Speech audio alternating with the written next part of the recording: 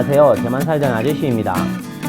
이번에는 스릴러 소설의 베스트셀러 작가인 미국인 딘 쿤츠의 소설에 대해 이야기해 보도록 하겠습니다. 딘 쿤츠는 1981년에 공상 과학소설 어둠의 눈을 출간하였습니다. 40년 전 소설 속의 묘사가 2021년 우한 폐렴으로 전 세계가 팬데믹을 겪는 지금의 상황과 너무나 정확하게 들어맞아 등골이 오싹할 지경입니다. 마치 딘 쿤츠가 예언이라도 한 것처럼 말입니다. 더욱 주목되는 것은 2030년에 전염병이 다시 폭발한다는 것입니다. 우한 400은 우한시 외곽에 있는 RDNA 실험실에서 개발되었습니다. 그것은 연구센터에서 생성된 400번째 인조 미생물 균주이며 완벽한 무기입니다. 소설 어둠의 눈에 묘사된 이야기와 장면은 오늘날 우한 폐렴이 유행하는 장면과 매우 흡사합니다. 40년 전의 소설 속에서 중공 바이러스에 대해 미리 예행 연습한 것이라고 믿는 일부 네티즌도 있습니다. 소설은 중공군이 우한 400이라는 생물 무기 제조에 관한 것입니다. 주인공 티나는 데니가 생물학적 바이러스 공격을 받은 것이 너무나 짜증났습니다. 그녀는 탕베이에게 데니가 어떻게 감염되었는지 말해달라고 했습니다. 탕베이는 20개월 전으로 돌아가야 한다고 말했습니다. 20개월 전 중국 과학자 리천은 중국에서 최근 10년 생물 무기를 연구한 자료를 가지고 미국으로 망명했습니다. 이 바이러스는 우한 외곽에 있는 RDNA 실험실에서 만들어졌습니다. 이는 연구센터에서 만든 400번째 인조 미생물 균주로 우한 400이라고 불렀습니다. RDNA 실험실은 우한 외곽에 위치한 중국의 군사연구소입니다. 여기서 중국 공산당의 생물무기 프로그램의 일환으로 우한 400이라는 바이러스가 만들어졌습니다. 우한 400은 완벽한 무기입니다. 이 바이러스는 인간만을 공격하며 다른 어떤 생물도 감염시키지 않습니다. 우한 400은 매독과 마찬가지로 인체 밖에서는 1분도 생존할 수 없습니다. 탄저병이나 기타 독성이 있는 미생물처럼 물체나 환경에 치명적인 오염을 일으키지 않습니다. 숙주가 사망하여 체온이 36도 이하로 떨어지면 우한 400은 곧 죽게 됩니다. 공산당은 우한 400을 사용하여 도시나 국가를 파괴할 수 있습니다. 적지를 점령하더라도 과거의 전쟁터처럼 비싸고 까다로운 정화 작업을 할 필요가 없습니다. 이 이야기에서 특히 놀라운 것은 병원이 있는 장소로 우한을 정확하게 언급했다는 것입니다. 중공 바이러스 감염이 시작된 곳은 우한입니다. 이 소설에서 연구소를 탈출한 과학자 리천은 실제로 우한 폐렴을 처음으로 공개한 내부 고발자 리원량 박사와 같은 성입니다. 충격적인 것은 이 소설에서 우한 400은 사람 간에 전파되며 빠르게 확산되고 그 범위도 매우 넓다는 것입니다.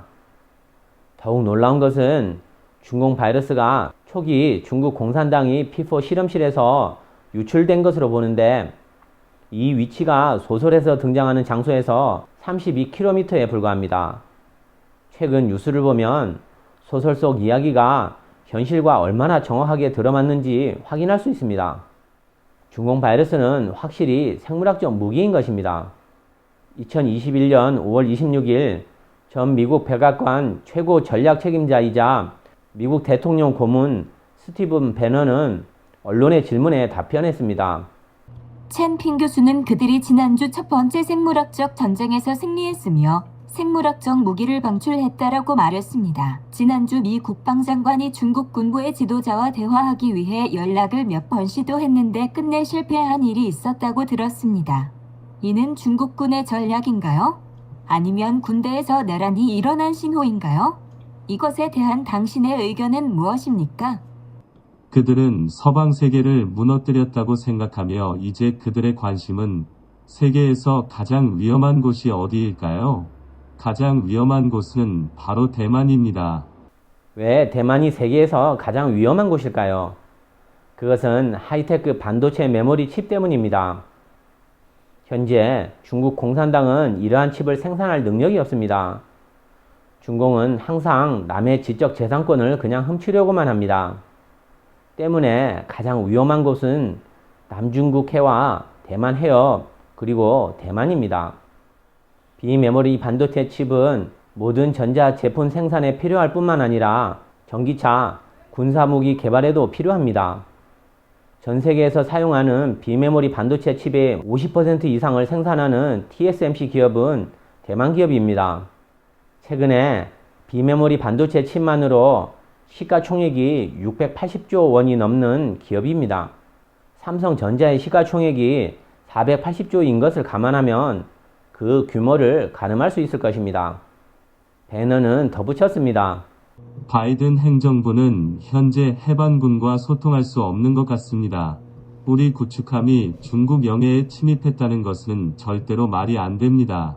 사람들은 중공군이 전 세계적으로 점점 더 공격적으로 변하는 것을 목격하고 있습니다. 중국 국내의 대출 문제가 그 원인 중 하나입니다. 중국 공산당의 모든 경제가 가상에 기반을 두고 있기 때문입니다. 따라서 중국 공산당은 내부적으로 국민의 관심을 돌리기 위해 외교 정책에 더욱 공격적입니다. 대만의 위험한 상황은 사실 반도체 칩에만 국한된 것이 아니라고 합니다. 방역의 모범국이었던 대만이 전염병이 크게 확산되어 큰 타격을 받았습니다. 여기서 떠오르는 말은 우한 400은 완벽한 무기다라는 것입니다. 딘 쿤츠의 말대로 우한 400이 완벽한 무기라면 중국 공산당의 세계와의 전쟁은 이미 시작되었다고 할 수 있습니다. 대만은 생물학적 무기로 공격을 받았다는 것입니다. 혹시 이것이 제3차 세계대전은 아닐까요? 제3차 세계대전은 무제한 전쟁, 생물전쟁, 인류와 사전 문명이 사용하던 양자 무기를 초월하는 전쟁이 되는 것은 아닐까요? 이는 매우 두려운 일입니다. 2021년 5월 30일 언론은 영국 교수 델 그레시와 노르웨이 과학자 소렌슨이 작성한 22쪽 분량의 논문이 국제학술지 QRB 디스커버리에 게재될 것이라고 보도했습니다. 논문의 연구에 의하면 우한 연구소의 기능 향상 프로젝트를 진행하는 과정에서 CCP 과학자들이 바이러스를 만들었다는 증거가 있다는 것입니다. 2020년 델 그레시와 소렌슨은 CCP 바이러스 샘플을 분석하고 있었습니다. 그런데 바이러스에서 독특한 흔적이 발견되었습니다. 신종 코로나 바이러스를 휴대하는 바이러스에서 4개의 아미노산이 연속적으로 나타났는데 이러한 흔적은 자연적으로 생성될 수 없으며 실험실에서만 생성될 수 있다고 합니다. 특히 이 아미노산은 양전하를 방출하여 음전하인 인간세포와 결합합니다. 델 그리시는 데일리 메일에서 말했습니다. 물리적으로 자연에서는 연속으로 4개의 양전하를 띤 아미노산은 있을 수 없습니다. 유일한 방법은 인위적으로 만드는 것입니다. 그러나 두 과학자의 논문은 2020년에 일부 주요 과학 저널에 제출하였지만 모두 거부당했습니다. 당시 저널들은 객관적인 과학적 분석을 무시하고 바이러스가 자연적으로 박쥐나 다른 동물에서 인간으로 옮겨졌다는 주관적인 믿음을 주장했습니다. 그러나 최근 대부분의 전문가는 신종 코로나 바이러스가 동물에서 인간으로 이동하는 자연 감염이라는 사실을 부정하기 시작했습니다. 두 과학자의 논문은 과학계에 커다란 도덕적 파란을 일으킬 것으로 예상됩니다. 더욱 흥미로운 사실은 미국의 주류 좌파 언론들이 최근 분위기를 바꾸어 바이러스의 근원에 문제가 있다고 지적한 것입니다. 한 소식통에 따르면 중국의 중공 고위 간부들은 백신 예방 접종을 하지 않고 있습니다. 하지만 일반 중국인들에게는 7월 말부터 8월 초까지 접종률이 90%에 도달해야 한다고 했습니다. 왜 그럴까요? 그것은 백신 제조 사업과 관련이 있습니다. 중국의 백신 제조 회사는 어느 누구의 사기업이 아닙니다.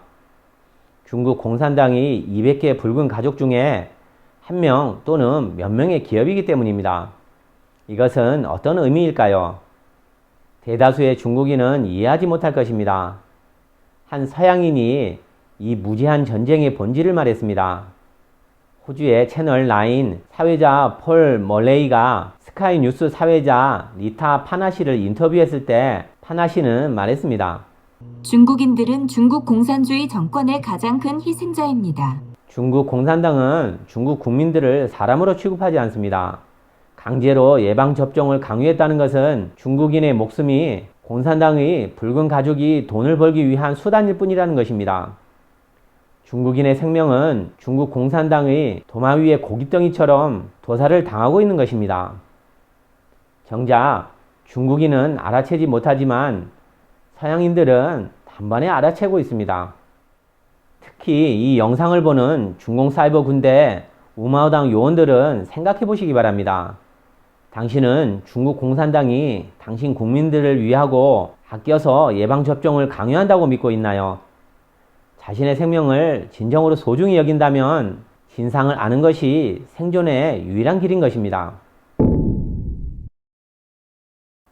미국의 심령술사 실비아 브라운은 2008년 린드세이 해리슨과 공동 저술한 예언서 세계 종말에 대한 예측과 예언에서 2020년 신종 코로나 바이러스의 유행에 대해 정확하게 예언했습니다. 예언에 관심 있는 분들은 실비아 브라운에 대해서 들어본 적이 있을 것입니다. 2020년 일부 네티즌들은 이 책에서 신종 코로나 바이러스 전파에 대한 예측이 너무나 정확하여 놀라움을 감추지 못했습니다. 실비아 브라운은 The End of the World에서 2020년경 폐렴과 유사한 바이러스가 전 세계적으로 발생하여 인간의 폐와 기관지를 공격하며 알려진 모든 치료 방법은 소용없다라고 했습니다.